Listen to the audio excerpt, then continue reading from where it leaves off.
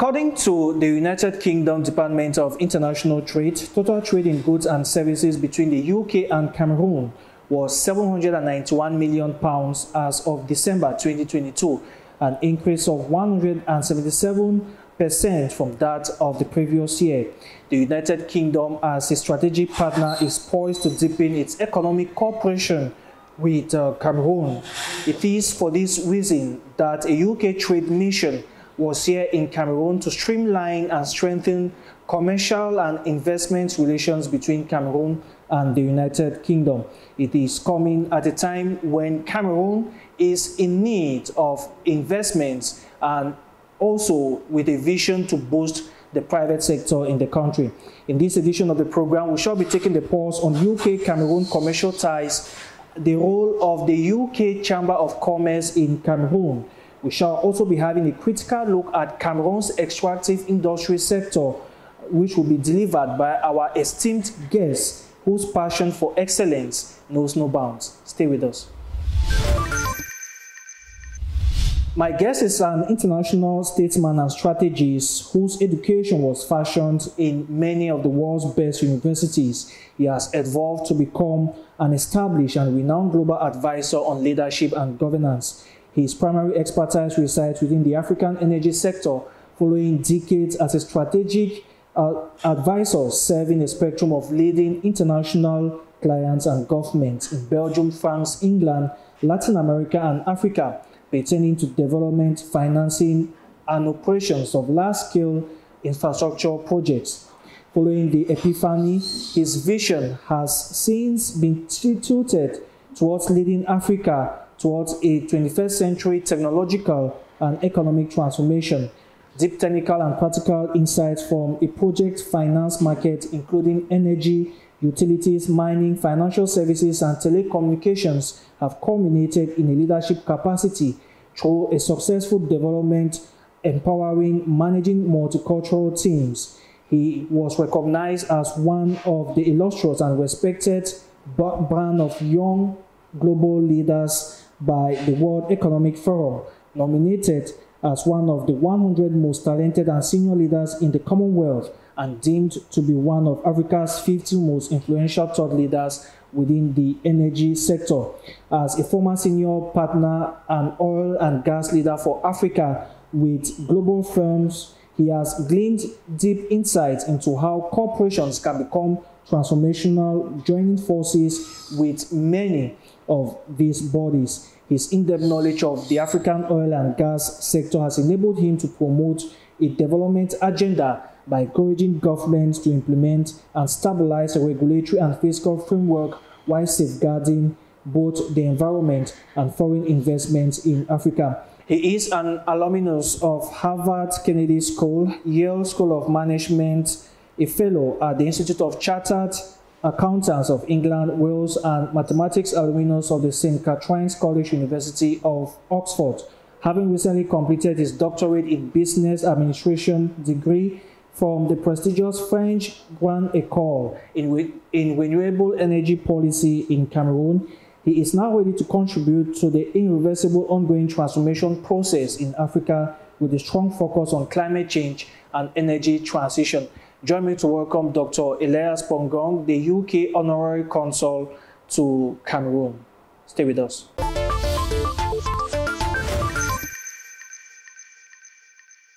Dr. Elias Pungong, thank you very much for talking to us. Thank you, Peter. It's a pleasure having you. Thank you for having me. Thank you. You were trained in the world's best universities. Amongst them, we have Harvard, Oxford, as well as Yale University. What does it take to go across these major educational institutions? What challenges did you face? Thank you. Thank you, Peter, for having me today. I know you and I have been talking for a while, and right? So it's good we have this opportunity to talk. Indeed, you talk about those universities a long time ago. I cannot even remember, but I read mathematics at Oxford. I was very young. I think I was 19 at the time. Then I started my training. It's later on that I went into Harvard and to Yale. You talk about the challenges, it's the normal challenges. You know, I came from Cameroon. I came from Sacred Heart College in Bamenda. And to go into these universities, you just have to do one thing. You just have to work hard.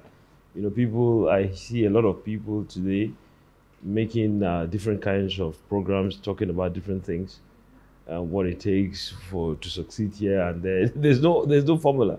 Focus on hard work. Simple. Yeah, simple. Focus on hard work. I knew I came from a poor background. I knew I came from Africa, a continent that needed support, and I had to work hard to be able to be counted amongst the few. Simple. Now, over the years, you have become a reference in the oil and gas industry, not only in Cameroon, but in Africa and across the world. Why did you get into this very strategic economic sector? Oil and gas, absolutely. When you talk about, Peter, we talk about oil and gas today, it seems as though it's such a long time ago. But indeed, when I did my training in London many years ago, and I was about to come back to Africa, I asked myself, what are the key sectors in Africa that you can specialize on? And oil and gas is the obvious sector. If you look at the CEMAC region, in the last 50 years, oil and gas has been the sector that drives the economies. So that's why I chose oil and gas directly. If you look at oil and gas over the last 50 years, you will see that it has served us well as a country, as a people, and that's why I chose oil and gas. Now, let's talk about your... So you talk about reference in Africa, yes. Not over the world, but in Africa, yes.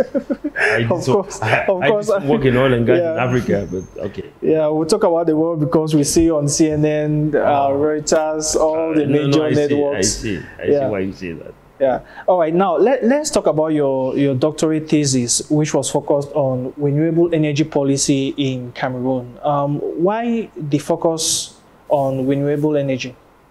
You see, I've done oil and gas. You talk about oil and gas. In general, we refer to oil and gas as fossil fuels. I've been doing fossil for the last 25 years. That's my specialty. That's what I do as a career. But as you see, the world has changed. You know, today in the world, you have two major, what you call global megatrends. You know, most people call global megatrends. You have two things. The first megatrend is the digital economy, digitalization. You know, you see the banks are all going digital. Everything today is digital. Mobile money, digital. Everything is digital. Digital currency. Everything is digital, and it's happening. That is a megatrend. When I mean megatrend, I mean what everybody thinks is happening. It's called megatrend. You know, digital, and it's happening today. But the second major megatrend that we cannot miss is what they call the zero carbon economy. You know, the decarbonization economy. You heard about COP26 in Glasgow 2 years ago, COP27 in Sharm el-Sheikh. That is the next big thing in the world. You know, that's whether we like it or we don't like it. And if you look at the COP26, renewable energy is at the heart. And Cameroon is Africa in miniature. So everything that is renewable energy is in Cameroon. So that's why I decided to do a doctorate in that space, which I finished, I think last year or the year before last year. That is why I chose renewable energy. So I have been a carbon guy, doing the fossil fuel. But as somebody told me recently, I've been reconverted. I'm born again into renewable energies. All right, now as a born again, you have this passion for climate change and energy transition. Now, how does this thesis on renewable energy policy in Cameroon fit into that vision? Renewable energy is the thing. When I look at Cameroon, today, Cameroon has everything, and I think we'll talk about it later in this interview. Cameroon has everything to lead in the new global megatrend, which is decarbonization. We have all the renewable energies that you can name. Cameroon is the third, we have the third biggest potential in hydro after the DRC and Ethiopia. We have geothermal energy in the north and extreme north. We have solar energy in the north and everywhere. We have wind energy. So we have everything to lead in energy. We have so much that we can actually export. But you see, many people talk about export energy, but it takes a lot to export energy. So Cameroon is in the lead as far as renewable energy is concerned. So we have to now start doing our part to make sure that we realize our potential and to make sure that we take advantage of this new global megatrend. Now, Dr. Pungong, you own and manage many companies. You also work with a multicultural force, and you advise governments on policies they ought to take. Well, look at all of this. What is the secret to you keeping going? No, I've talked to you about the two global megatrends. I always come to that because that's the most important thing. Digitalization and the zero carbon agenda. Those are the two global megatrends. In the zero carbon agenda, it is said, and I believe, that between now and 2050, you have, there is a potential economy of $240 trillion. Let me break it down. It's $240,000 billion. Where are we in this whole equation? As a country, we must take advantage to be able to have our own share of this economy, and that is important. And that is why, I'm an advocate for the zero carbon agenda. I'm an advocate for decarbonization because it makes simple sense. It makes, economic sense. Cameroon has everything. We have the energy, we have the renewable energy potential, and we have the minerals to go with it. Now, Doctor, despite the work that you do, you still find time to give back to the community through education and football. What pushed you to give back to the community? Not everybody in your position wants to give back. It's a good question, Peter. I had an international career in different countries in Africa. I trained in London, I worked in London, and I came to Africa, went around the place. And I came to live in Cameroon. People ask me, why do you come to live in Cameroon? Why do you come to live in Cameroon? It is my home. I will not, Cameroon is my home. I will not trade anything for Cameroon. Of course, I travel, but Cameroon is my country. Cameroon is my home. And so it is imperative. I came from a very poor background. My father died when I was very, very young. So I came from a very, very modest background. My mother is still alive, my mother is still alive, but I came from a very, very, modest background. And to come back and to do the things that I'm doing in Cameroon. I see a lot of my friends stayed in the UK, stayed in South Africa, stayed in the US, and they're doing many, many, many, commendable things. But to do things in your country, it is something that nobody can describe. It is self-fulfilling. It is very fulfilling. I can do things in Cote d'Ivoire. I can do things in Senegal. But to do things in your country, I'm a Cameroonian. I live here, I work here, and I live, I stay here. There will always be that sense of patriotism that comes in. There will be that sense of patriotism. And, Cameroon is a country with some difficulties, as you know, with the nozzle problem, Northwest, Southwest. I grew up in the Northwest region. It's something that is, the development of Cameroon and the development of my region is something that I take seriously. All right, now let's get into UK-Cameroon commercial relations. You are the UK Honorary Consul here in Douala, and we all know we're taught back in school in the days about trade links between Cameroon and the United Kingdom during the colonial period. Can you please tell us a brief history of trade relations between Cameroon and the United Kingdom? Yes, Cameroon has people don't understand. Cameroon has a long history with the UK. You know, we talk about the problem of the Northwest and the Southwest region. You know, we have to go back to our roots. We have to go back to our history. We have a long-standing relationship with the UK. We have part of our country that was, you know, that was administered by the UK.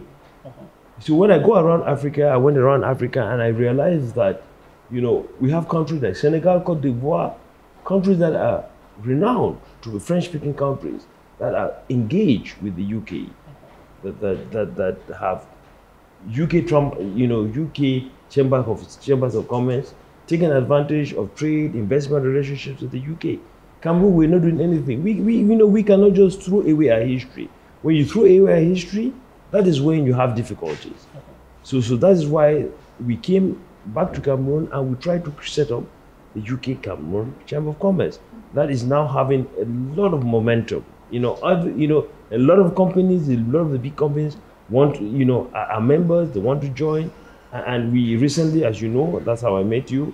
We had the recent trade mission from the UK, which followed on from the the West Africa or West and Central Africa Trade and Investment Forum that took place in the UK. So Cameroon has a long-standing relationship with the UK. What we're trying to do is just to revive it. You know, take for instance the CDC. For a long time, it was administered from the UK through Nigeria. So let us take back our heritage. Let us make it to matter. Let us make it to count. All right. We know that Britain was part of the European Union and Cameroon's trade was also connected in that light. But after the Brexit, Cameroon had to sign another trade agreement, separate trade agreement with the United Kingdom. That was in 2021. How effective is that trade agreement right now? You know, since Brexit means that Cameroon left the EU. So the collegial agreement that the EU had with Cameroon has now been thrown out. It was not binding with the United Kingdom. Now the UK is out, so they have to do their own trade agreement. That has recently been signed. And by the way, Cameroon is one of the first countries that adhered to that, signed that treaty. So that's a very, very positive step. So there's a new dawn in the relationship between Cameroon and the UK. That is settled, particularly in terms of trade and investments. You know, when you think about Cameroon, you know, many people, and you know, that goes to the heart of our existence as a people. Many people believe Cameroon is a French country. Cameroon is not a French country. And that's where it all starts. You have people in Cameroon, like me, who are proud to speak English, who are proud to know that they have an English heritage. And so we need to recognize that within the confine of a Cameroon. So I don't know what is so difficult about that to comprehend. So what we're trying to do is we're trying to say that Cameroon has a long-standing relationship with the UK. UK now is out of the European Union. They've signed an agreement in Cameroon. Let us take our rightful place. There's so much advantage in it, and we need to take advantage of that.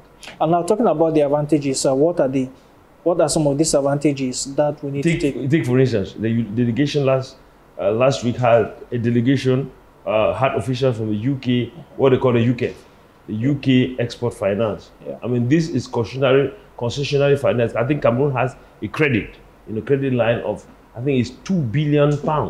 That's a lot of money. I mean, if you put it in Cameroon francs, that's a lot of money. That is the opportunity is there for us to take it and build our roads. We do not have any roads. To build our hospitals, we don't have hospitals. To build our schools, to improve on our schools, to improve on our infrastructure. One of the problems that we have today is infrastructure. We don't have any railways, we don't have any roads. Take this money and build those roads, build those infrastructure. That is what we need in the next few years. Okay, now let's talk about the trade mission which came in Cameroon. And we know that the aim of this trade mission was to strengthen relations between Cameroon and the UK in the trade domain. How did this trade mission go here in Cameroon? I've talked about the agreement between the trade and investment agreement between the Cameroon and the UK. Yeah. Following up from that, in London in last November 2022, we had the Central African, I would just call it the Francophone Africa UK Trade and Investment Forum. That was a big success. I mean, the hall was full and overflowing, meetings up and down. So following up from that, we had this trade and investment delegation. It is a new impetus, but we need to promote it. You have a lot of business people who came, they're just discovering Cameroon. The UK is such a big country. People, that's what really surprises me. When you come to Cameroon, everybody talks about France. I don't have anything against France, I can tell you. But what I can also tell you is that UK is a major country. But the problem is that the UK is engaged elsewhere. Yeah. The UK does a lot of trade with India, Australia, Nigeria, Kenya, Tanzania, all these UK heritage countries. And now the UK is now active in DRC, in Côte d'Ivoire. It's one of those countries that people like to trade with. And so Cameroon as a country, we need to promote and take advantage and take our part in this whole movement. All right, now, when you look at the composition of the trade mission, they are very strategic. We have transport, communications, energy. How strategic are these sectors for Cameroon at this point in time? I mean, I cannot speak for Cameroon, but what I can tell you is that we had a meeting with the minister delegate for the economy, and he set out the priority sector: infrastructure, energy, mines. And when we were discussing the delegation, the composition of the delegation, we made reference to the speech of the president, the end of year speech of the president that defined the sectors: energy, water infrastructure, energy infrastructure, mining. So the president defined it, and that, if you look at the composition of the delegation, it actually does reflect that. All right, now, the government has really saluted the trade mission. That's exactly the feedback that we have. Government was really happy with it. And one particular issue which the minister highlighted was that this trade mission can help boost the private sector in Cameroon. Now, as Honorary Consul for the UK in Cameroon, how can that be realized? The minister also said that in the Cameroon plan for 2020 to 2030, the private sector was at the heart. Actually, the minister went further in saying that, I'm not saying it, that, government has no business in business. Yes. So it means that government doesn't know how to do business, meaning that the government is a bad businessman, and goes on to say that, I'm just extrapolating, yes. that the private sector is the driver. Money comes from the private sector that has the entrepreneurs. So let us leave out this whole idea that the government can do anything. Government can do nothing. And therefore we need to promote the private sector as a country. And that falls right into what we're trying to do in the UK Cameroon Chamber of Commerce. Promote trade and investment between the UK and Cameroon. And we know the potential of the UK. Again, as I said, Cameroon is a natural partner of the UK because we have a significant part of Cameroon that has a UK heritage. Yeah. And that's whether you like it or you don't like it. Now, one of the main fallouts from this trade mission was a UK follow-up business scheme. What is this scheme all about, and how can Cameroonian entrepreneurs take advantage of it? That is why we have the chamber. The chamber is the meeting point of UK entrepreneurs that we saw last week wanting to invest in Cameroon, and Cameroon entrepreneurs who would like to invest in the UK. Yeah. But more importantly, UK investors who bring in money, technology, and know-how want to come to Cameroon. But they need to have a partnership with Cameroonians who have the local knowledge, the local infrastructure to support them. So it's a win-win partnership, and that's the way forward. UK, they don't know Cameroon. So when they come here, you need Cameroonian partners to partner with them. Yeah. And that is the role of the chamber, to facilitate trade and investment between Cameroon and the UK. All right, now, so much talk has been on what the UK businessmen can help achieve in Cameroon. Now, for Cameroonians who want to do business on the other side, what opportunities and advantages do they have from the UK government? No, it is. I mean, for me, it's a partnership. You know, it's a partnership that goes both ways. Yeah. But what we've realized is that we have more inflows, you know, because, you know, what you have to know is that Cameroon and Africa in general, what we have is we have raw materials. We have raw materials, we have the workforce, we have the land, we have the energy, we have all this potential. So what we need is capital, know-how, and people to come there and marry the two to produce. So most of the time, what we see is that we have business guys, business people coming from the UK. They have money, they have the finance, they have the technical know-how. We need to manage it with, we need to marry it with the local expertise and the local know-how to have a win-win. So it's a win-win. Now, if the Cameroonian businesses who are interested to invest in the UK, the UK is an advanced economy. You have different ways to invest, and they're welcome as well. All right, now, after the trade mission, of course, you have called on Cameroonians to take advantage of the offers which the British businessmen have offered here to Cameroon. At the level of the chamber, what will the chamber be doing to ensure that they keep this flame burning? The first thing you have to know is that you have to create contact. That's why we encourage trade delegations. Yeah. We are preparing another UK Francophone Africa Trade and Investment Forum in London. That's where you make contact. So what the chamber is doing is that we have to, we have to inform those that are interested. We have so many, we have so much interest, at least 100 people who want to go to the UK. So we'll facilitate that process. When they get to the UK, they will meet potential investors, they will meet potential partners in the UK, and then we'll have another return mission to Cameroon. So that's the sort of thing we are facilitators, we are promoters. That's all we do. All right, I'd like to ask you this personal question. In July, I don't like personal questions. Well, in July 2017, you were installed as the UK Honorary Consul. Of course, for someone with your educational and professional background, you would have accepted maybe to be the Russian consul, the French consul, maybe the American consul. Why the choice of Britain?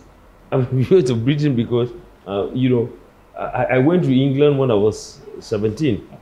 I did their universities, and I trained and I worked in London, in the heart of London for 7-8 years. I have a lot of friends who are really now very, very, very senior officials in the UK government. For me, the UK is an obvious choice. And by the way, you have to know that for some of us who grew in Anglophone Cameroon, we like the UK. There's always an attachment. And we are proud of the Queen's English.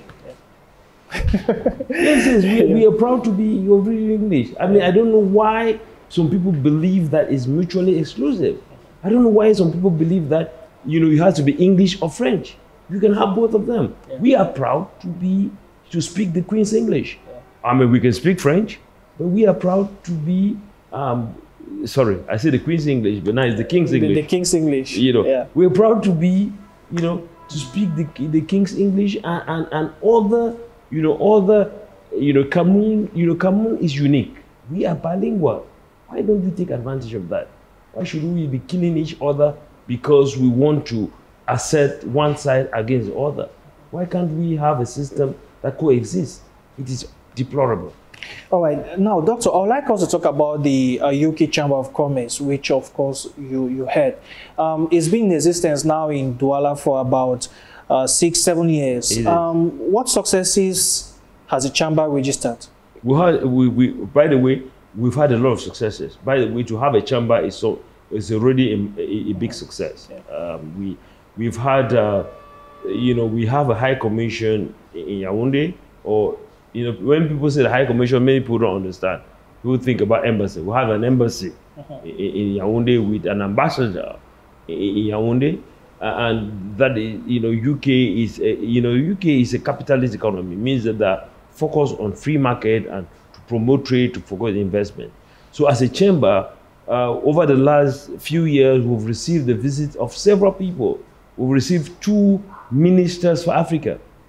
You know, Havard and James Doddridge, who is still in place. And Harriet is still in place. I meet them all the time when I get to London. So we receive them in Douala, and with a host of significant businessmen, UK-related companies, and non-UK-related companies. We receive them in Douala. These people, these high-level officials, have engaged with Cameroonian businesses. They've identified the difficulties of doing business in Cameroon, and they've taken them to the highest level of the Cameroon government, to the President of the Republic. And we've seen a lot of results. So we have had a lot of successes, but I think now is the time to move to another level. Now we really have to advocate for investment and trade relations with the UK, particularly around the UK export finance that has a lot of money, you know, cheap money, you know, there's money, but there's cheap money to invest in Cameroon. Okay, now let's talk about the success of the chamber. I would like to find out what is the relations between the UK Chamber of Commerce and the Cameroon Chamber of Commerce in a bid to push the vision. Actually, to be frank to you, there's no relationship, because you know there doesn't have to be any relationship. Their missions, it will be good to have a relationship, but so far there's no relationship, because we do different things. The Cameroon Chamber, what do you call the GCAM, or the other government-sponsored Cameroon Chamber of Commerce, they do their own thing. I mean, they look at the relationship, the business atmospheres in Cameroon, and they receive. So they have their own mission. The UK Cameroon Chamber of Commerce has one mission: promote UK-Cameroon trade relationship. If you come to a chamber, you come to our chamber, you come to our offices, that is what you will get. Okay. And so it's a good to have. I think when we have, you know, the trade mission coming up in November, I'm going to try to reach out to the presidents of these different chambers of commerce. The Fon Mukete, who is the vice president of the Cameroon Chamber of Commerce, was in London. He was one of the speakers at the London event. So we reach out to them to make sure, because they have a bigger membership, and we can work together. All right. Now, when you look at the business environment, do you think that government has given adequate incentives for these British businessmen to settle well in Cameroon? Peter, that's a question. If I get going on the business atmosphere in Cameroon, that's something else. Because one of the things that we do is look at business. Why is it that people believe? You ask our members, ask people in the UK, what do you think about Cameroon? One word comes up. If they are very, very kind to you, they will tell you, challenge it. If they're not very, very kind to you, they will tell you it is impossible. My personal experience is that it is very difficult to do business in Cameroon. So you have to ask yourself, why is it, very, very difficult to do business in Cameroon? But you see, a lot of those delegations, when they meet the Prime Minister, they meet the Minister of the Economy, the Minister Delegate for Economy, they relay some of the concerns. But I have to be, I have to candid to you to tell you that the government is aware, and they have put in certain mechanisms that make sure that we don't get, UK companies or companies in general, they don't get caught up in the normal, Cameroon government bureaucracy. All right. Now, I would like us to look at the mining sector, because it's a sector you are well vested in. Cameroon's president, in his end of year address to the nation, announced that Cameroon will now tilt its focus to the mining sector after many years of dependency in oil. I would like us to ask, how significant can that declaration be for the country's economy? Actually, I followed up the president's, I followed up this president's speech. I'm quite active in the mining sector. The president's speech, if to be frank with you, and I'm a private sector guy, I'm an independent guy, is wishful thinking. It's wishful thinking because you can wish for anything in life. If you don't do anything about it, it will never be realized. I mean, in English, you say if wishes were horses, everybody would be on it, riding. Yeah. You see, the president says that the president listed 3 projects: Balam, iron ore project, 2 projects around Kribi. Yeah. You see, mining, you know, a lot of people who manage mining in Cameroon don't know what they're doing. Yeah. And I will be frank, they don't understand the sector. Let me explain to you. Yeah. The mining sector has 2 things. It's all about infrastructure. Iron ore in Balam is worth zippo, nothing. Iron ore in Kribi is worth $200 a ton, simply because it's an infrastructure play. You need to put in the railways, you need to put in the relevant port facilities to get it to the markets. And in most of the cases now, it's China. So you have 2 kinds of mining, and get it from me. Yeah. You have mining that you can do without infrastructure. Gold. Gold is precious. Yes. Diamond is precious, small. Rutile is small. So you can mine it in Akonodinga, you can mine it in the north, put them in containers and drive them on the road to the port. Does that explain why we have so many illegal miners? It doesn't explain, but let me explain to you the rationale of mining relating to the president's speech. Yeah.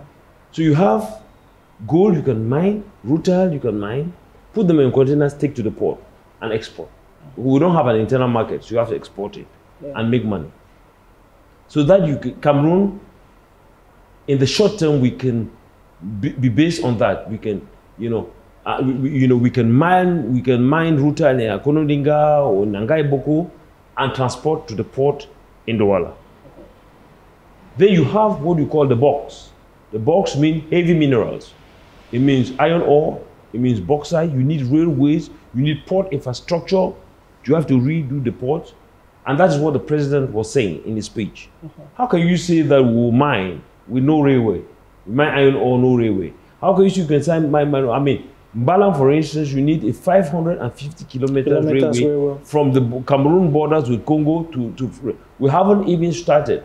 I mean, we haven't even started having a full feasibility studies, let alone start building the railway. Let me tell you, and quote me anywhere, iron ore in Cameroon is at least 10 years away.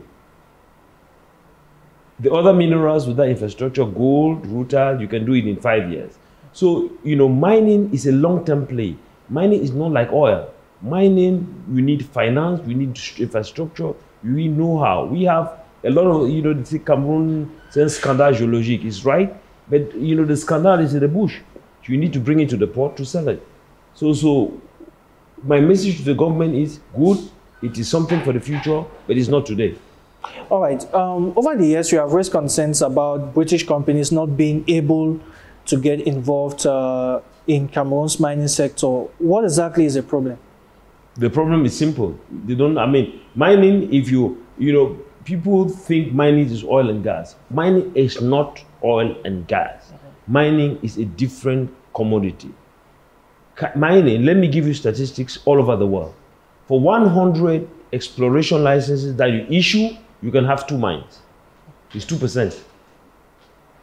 So you have people in Cameroon or in the ministries or wherever who believe that when you have a mining permit, it means you have a mine. It is not true.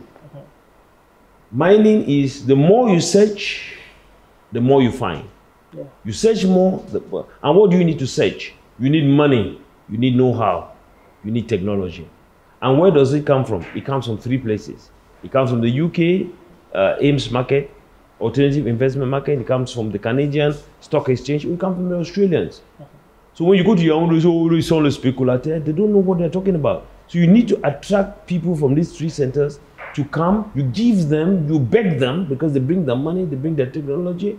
You beg them you need to beg them to come and engage and to spend that money to search.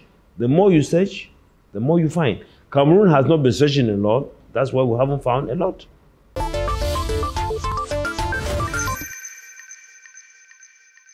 All right, now, as an informal advisor on mining and energy issues to the Cameroon government, how important can a viable mining sector be to the economy? I don't have to answer that question. I mean, I'm very happy you said I'm an informer. You know, I'm not an advisor to the Cameroon government. I'm an independent, independent observer. But how viable? I don't have to answer you that question. Look at South Africa. It's an economy based on mind. Look at Zimbabwe, an economy based on mind. Look at West Africa. West Africa today has 60 Australian listed companies. In Mali, Burkina, zones where you have war zones that are still there looking for gold. So what is it that we do? We have peace, we have quiet, we have the potential. We know we cannot attract that investment. It's a shame. All right, now for mining, let's talk oil and gas. What assessment do you make of the sector in Cameroon? The oil and gas sector in Cameroon over the last 50 years has been good. Managed by the SNH, they've done okay. It's not been brilliant because they have not managed to promote the sector the way they should have promoted it, but it's okay. I mean, they started in the 80s, you have the SNH doing their own thing, it's not bad. But today, you must get it once and for all. The oil and gas sector is in decline because renewables are taking over. So Cameroon has to have a plan for the transition. And I'm not hearing that. You know, you have a lot of guys who go around Africa saying that Africa should continue to produce oil, Cameroon produce oil. It's a good thing. We can continue to produce oil, but we must have a plan for the transition. Because you say you produce oil. If the guy, I mean, it's a buyer's market. Oil and gas, the guy who buys the oil determines the price. It's a buyer's market. So if you say, I'm going to continue to produce, the guy who has to buy tells you that I don't need your oil, I have to do now renewables. Today, I mean, I was in Yaoundé the other day, I was shocked. I got into a taxi. I don't know who has that taxi. It's 100% electric. I think it was a Nissan. In Yaoundé, 100%. I think it's sponsored by one of the companies. So it's 100% electric. The trend today is electricity. If you continue to produce oil, know that it's in terminal decline. You can do it for a few years, it's in terminal decline. So the Cameroon oil and gas sector has helped us for a long, long time, but be in no doubt that we are at the end of the process. Now, you are a founder of a gas to liquid company. What is this technology all about, and how important is it for the fight against climate change hazards? Yes, indeed. I'm chairman of, what you call the GTL. GTL means gas to liquid. It means you take gas and goes through a process and you produce clean petrol, clean diesel, because you have diesel that is not black. It's diesel that is as clean as water. So it's clean diesel. So that helps, the cleaning of the environment. But the problem that you have, today is that where do you get gas? We've been struggling to get gas, and we're still working on it. But you have surplus gas in different countries. So that technology is very good. It's called mini GTL. It's very, very good because it will help Africa in the transition. But in the long term, petrol, diesel is out of the place. It's out of the way. Even the aviation fuel, they want to make it a green kind of fuel. So we have to, soon you have planes that will fly on green hydrogen. The question for Africa today, actually, the question for Cameroon today is how do we take advantage of this $250 trillion economy? And we have everything to do it. We have the renewable energies. We already have people in Cameroon who want to produce liquid hydrogen. That is the way to go. All right, now, Central African countries say they will continue developing the petroleum sector, and there's this the research is very good. Yeah, and there's this gigantic project, ambitious project for to take a pipeline, from the DRC to Congo, Cameroon, and Chad. For the time being, how crucial can that be to the economies of these countries? In the short term, maybe, but I will give you my views, and my views are quite radical. It is wishful thinking. It will not happen for a simple reason. The guy who wants to produce oil and gas and all that, I said to you before, Peter, it is a buyer's market. The buyer determines the price. So you have all these countries, I see them making many, many conferences. We want to produce oil, we want to produce petrol, we want to produce our oil. It is good for the transition, but get it from me. In the long term, they're wasting their time. You who produce the oil, you don't produce, you produce the oil, but you don't produce a single engine. The guy who produced the engine to use the oil tells you that from 2025, I'm not producing you any oil. I'm not producing you any engine that is going to use oil. So why are you going to sell that oil?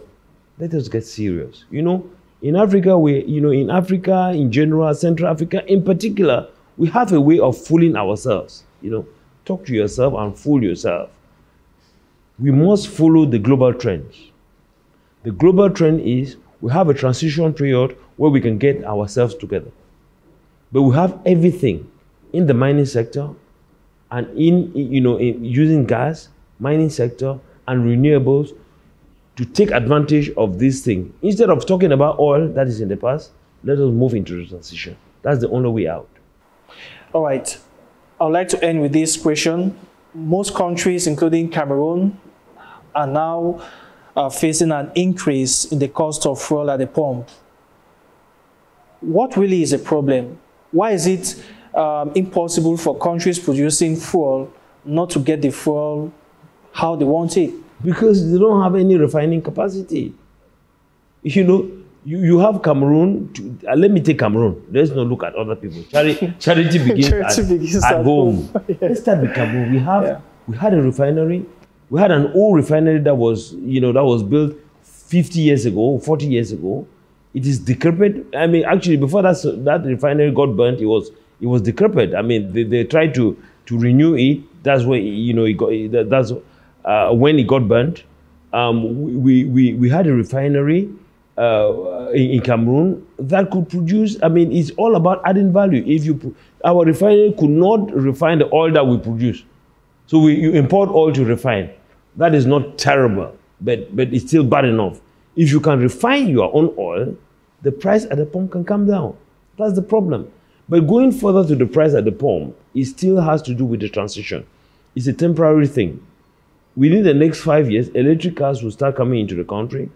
The increase in price is a global increase because of the war in Ukraine. And I think in the medium to long term, the prices are going to go down. But if you look at the medium, if you look at in the short term, the price, will stay high. But in the medium to long term, oil prices will go down because the demand for oil is going down. And when the demand goes down, the price will go down. All right. Thank you very much, Dr. Elias Pungong, for being our guest. It was a pleasure having you in this edition of the program. Thank you, Peter. Thanks for having me. Thanks a lot. Yeah. And to you, televiewers, thanks very much for being with us. Until next time, it's bye-bye.